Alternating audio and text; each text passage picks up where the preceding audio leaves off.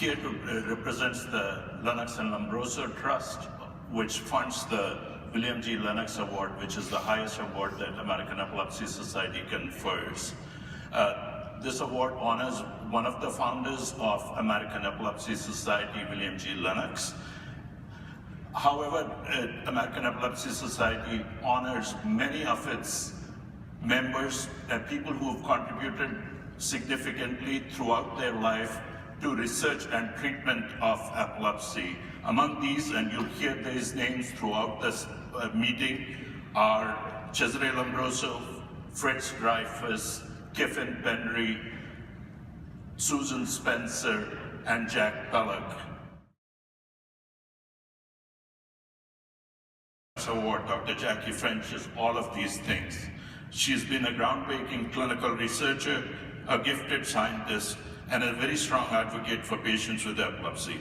We are proud to welcome her to the company of remarkable epilepsy professionals whose accomplishments, like many of those AES celebrates during this meeting, need to be celebrated, and we get to thank her for all the work that she has done for epilepsy.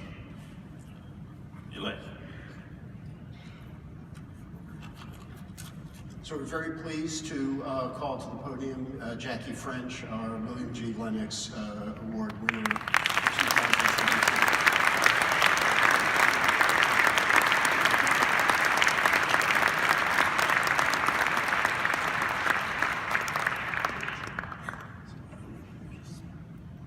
So we're gonna stand over here. So you stand over there. Right. Should just start this. Right.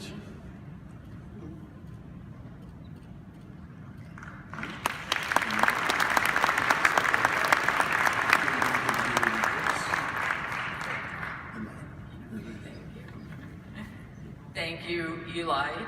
Thank you, Jaydeep. It's really an honor, an unexpected honor to be standing up here, and I thank you all for this wonderful privilege and honor.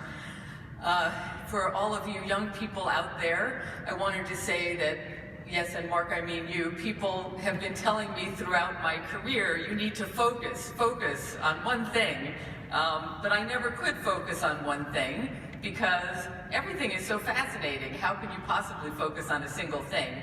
I have found everything fascinating throughout my career, and I continue to, and next year I'm going to be on to something else. So, you know, focus is good, but a broad perspective also is good. And my, my modus operandi always has been to sort of look for what needs to be done and then find the path that gets that thing done, whatever that path is. And that has definitely put me on a somewhat unconventional, peripatetic path throughout my career. But that has been really wonderful, because that means through that winding path, I have had an opportunity to work with so many people in the community, of so many aspects of the community. And all of those people I have found to be so passionate, so brilliant, so caring, and it really has been great to work with all of you who I have worked with throughout my career and will continue to work with in the future. So I just want to give a shout out to a few very important people who have really been essential to me getting done what needs to get done. And I have to start with Marianne and Bree, I don't know where they are now, there they are, the Epilepsy Study Consortium, and Tracy and all the people and all the centers of the Epilepsy Study Consortium. If anybody has ever worked with Marianne and Bree, they know how lucky a woman I am to have them collaborate with me with the Epilepsy Study Consortium. I want to give a shout out to my friends and colleagues at the Epilepsy Foundation. It's been so fantastic to work with all of you and to continue to work with you.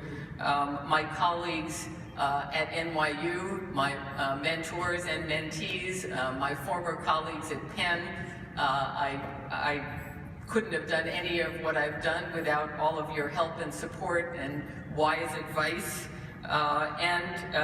my colleagues and collaborators from around the world. My interactions on an international level and my interactions with the International League Against Epilepsy have been truly rewarding.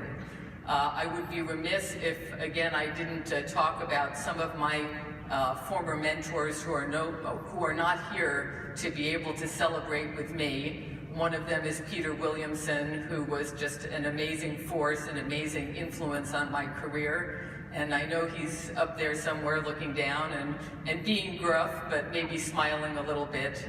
And the other one is Jim Rowan, who unfortunately also is not here and really got me on my start in the epilepsy career that I have.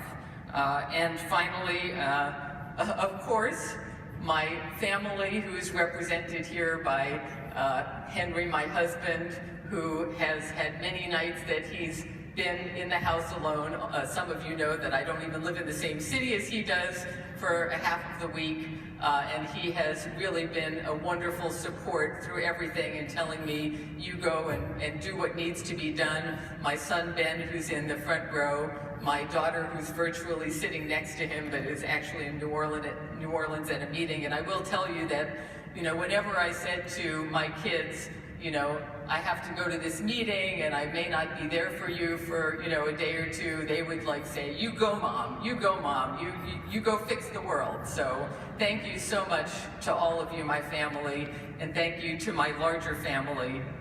Thank you.